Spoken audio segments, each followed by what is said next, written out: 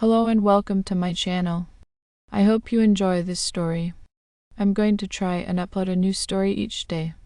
The Haunting of Hollow Hill. The Isle of Wight was known for its quaint charm, idyllic landscapes, and the ancient legends that whispered through its rolling hills. But none were more unsettling than the story surrounding Hollow Hill, a steep, lonely rise where an ancient mansion had stood for centuries. This was the place that Holly Arnold and her family were now calling home. Holly, a mother of two, had always been drawn to old houses. She loved the history etched into their walls, the sense of continuity with the past. When her husband, Sean, first showed her the mansion on Hollow Hill, she had been captivated by its grandeur. It was an imposing structure with tall, narrow windows and ivy that crept up its weathered stone walls like a living shroud. The house was austere, practically given away by the previous owners, who had left in a hurry. The reasons were never discussed, only hinted at with nervous glances and muttered words. The Arnolds moved in during the autumn, as the trees shed their leaves and a cold, biting wind began to sweep across the isle. The mansion, with its cavernous rooms and labyrinthine hallways, was both enchanting and unsettling. It seemed to breathe, to shift and settle in the night with a life of its own. The children, Ellie and Max, were thrilled at first, exploring the house's hidden corners and secret passages with the glee of an adventure. But as days passed, their laughter became less frequent, replaced by a growing unease they couldn't quite articulate. Holly noticed it first in the evenings when the sun dipped low, casting long shadows across the hill. There was a chill in the air that seemed to seep into the bones, deeper than the autumn wind could explain.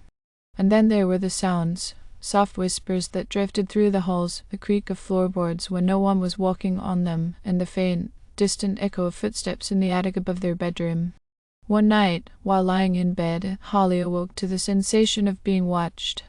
The room was dark, the moonlight barely penetrating the heavy curtains. She could hear Sean breathing softly beside her, lost in sleep. But there was something else, a presence, cold and heavy, pressing down on her chest. She opened her eyes and saw nothing but the darkness, yet she knew she was not alone. The air around her felt thick, oppressive, as if the shadows themselves were alive and closing in. In the morning, she dismissed it as a dream, though the memory clung to her like cobwebs. She tried to brush it off, focusing instead on the task of making the old house feel like home. But the unease persisted. Ellie, normally a bright and cheerful child, became withdrawn, her eyes shadowed by something Holly couldn't quite reach. Max, usually so active and curious, began waking up in the middle of the night, screaming about the man in the walls. It was Ellie who first mentioned the lady in white. Holly was tucking her into bed when Ellie asked, in that innocent way children do, "Mommy, who's the lady that cries in the garden?" Holly froze, her hand lingering on the quilt. "What do you mean, sweetie? What lady?" Ellie pointed toward the window. "She stands by the trees," she said. "She cries at night." "It's just your imagination, darling. There's no lady in the garden." Ellie frowned. "But I see her. She looks at me through the window." Holly pulled the curtains tightly shut after that. But every night she found herself drawn to the window, peering out into the dark garden, half expecting to see the figure Ellie had described.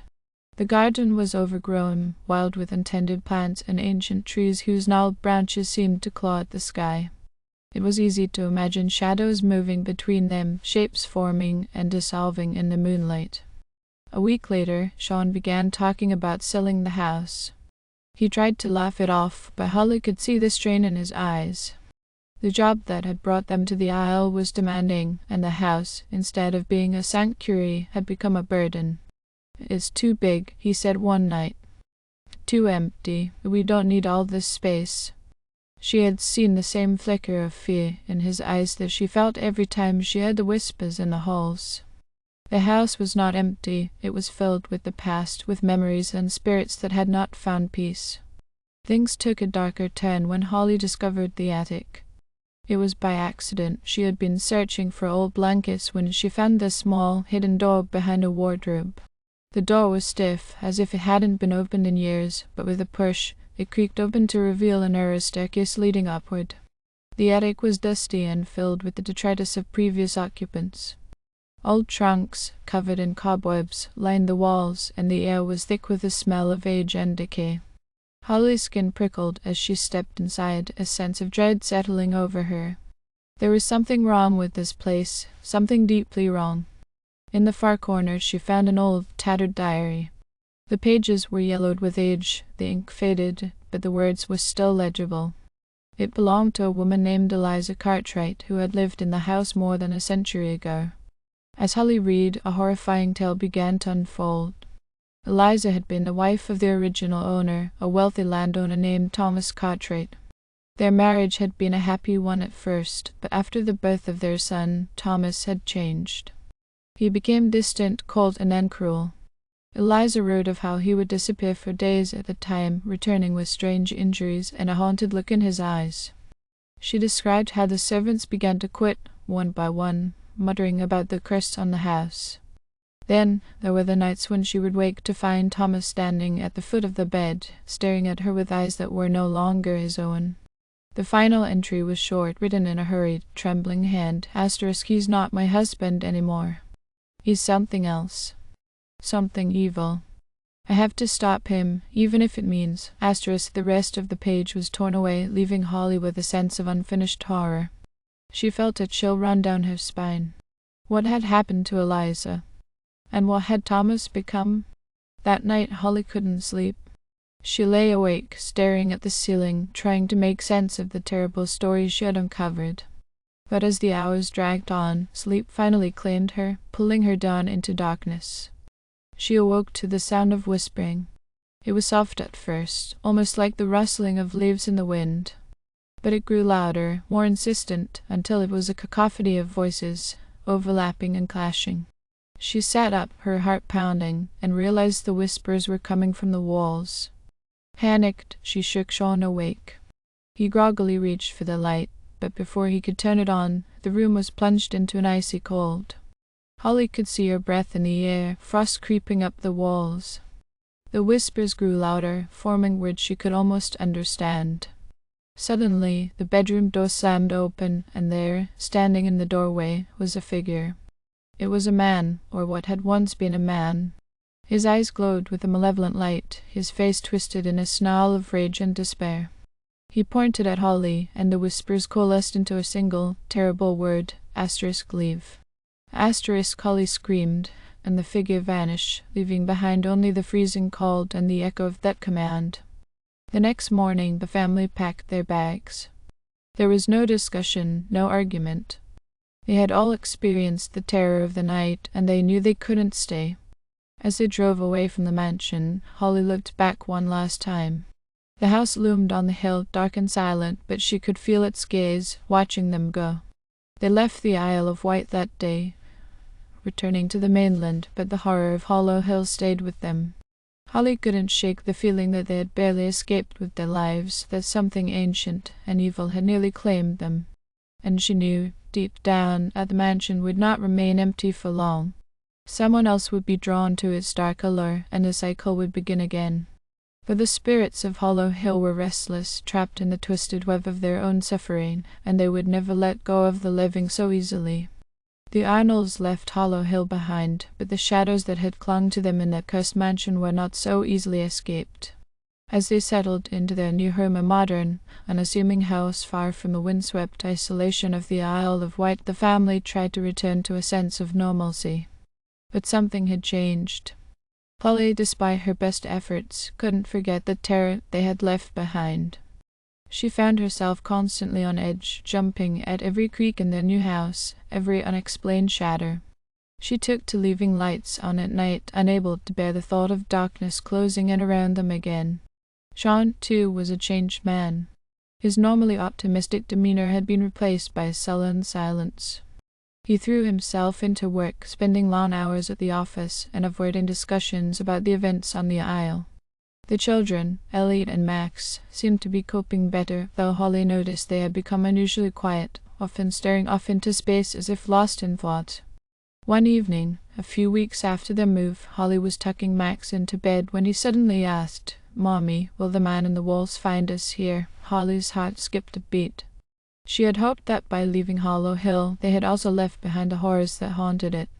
She knelt beside Max, trying to keep her voice steady. No, sweetheart, the man in the walls is gone. He can't hurt us here. Max frowned, his small brow furrowed in thought. But I saw him last night, in the hallway. A cold dread settled over Holly, but she forced a reassuring smile. You must have had a bad dream, Max. There is no man in the hallway, I promise. Max nodded, but Holly could see the doubt lingering in his eyes. She kissed his forehead and tucked him in tightly, then left the room, pulling the door close behind her. She leaned against it for a moment, her heart pounding. She wanted to believe it was just a child's imagination, but a gnawing fear told her otherwise. Over the next few days, the tension in the house grew. Sean was more distant than ever, coming home late and barely speaking to Holly. She could feel something simmering beneath the surface, a darkness that was creeping back into their lives despite the distance they had put between themselves and Hollow Hill. One night, as Holly lay in bed unable to sleep, she heard it again, the soft, persistent whispering that had haunted her back at the mansion. She sat up quickly, her breath catching in her throat.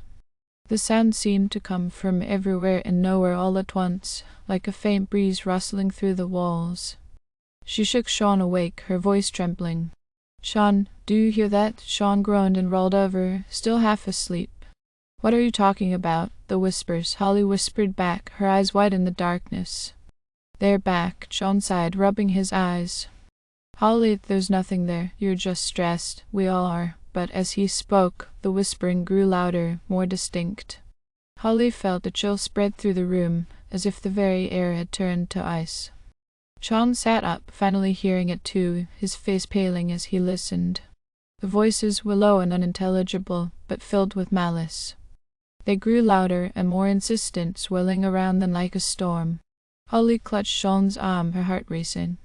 "We have to leave, Sean. We have to get out of here." But as they moved to get out of bed, the bedroom door slammed shut on its own with a violent force. The whispering intensified, the voices now screaming in a cacophony of anger and despair. Holly felt a suffocating pressure in the room, as if something unseen was bearing down on them. Sean reached for the door, trying to open it, but it wouldn't budge. It was as if the house itself had turned against them, trapping them inside. Holly backed away, her eyes wide with terror, as the shadows in the corners of the room seemed to stretch and grow, reaching out for them. Suddenly, Max's scream pierced through the chaos. Holly's fear for her son overrode her own terror, and she pushed past Sean, throwing herself against the door with all her might. It burst open, and she ran down the hallway to Max's room, the whispers now a deafening roar in her ears. She flung open Max's door and found him huddled in his bed, his eyes wide with fear, staring at the corner of the room. Holly turned to see what he was looking at and gasped. In the shadows, a figure stood, vaguely human, but twisted and distorted, as if it were a nightmare-given form. Its eyes glowed with an unnatural light, and its mouth was open in a silent scream. The whispers emanated from it, filling the room with their awful sound. Holly grabbed Max, pulling him into her arms, and backed away from the figure. "John," she screamed. Sean appeared in the doorway, his face ashen.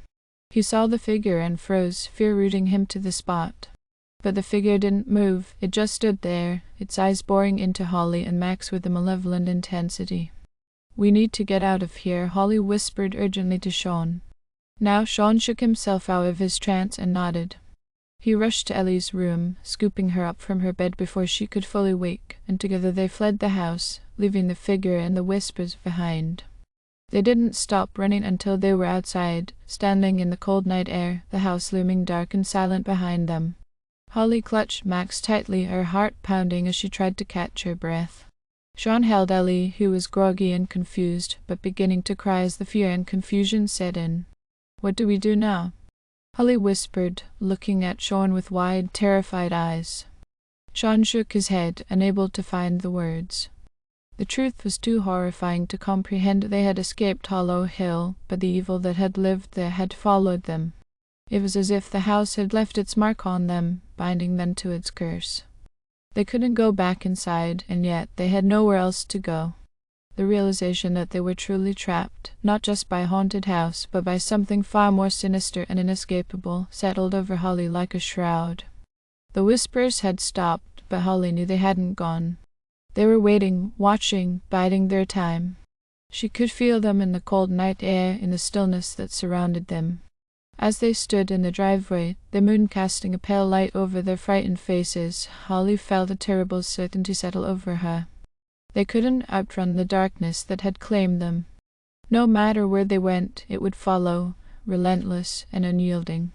But the spirits of Hollow Hill had found new hosts to torment, and they would not rest until they had claimed them all. Thank you for listening. I hope you enjoyed this story. Please don't forget to like, and even better, like and subscribe. Thank you very much, and I hope you have had or have a great day.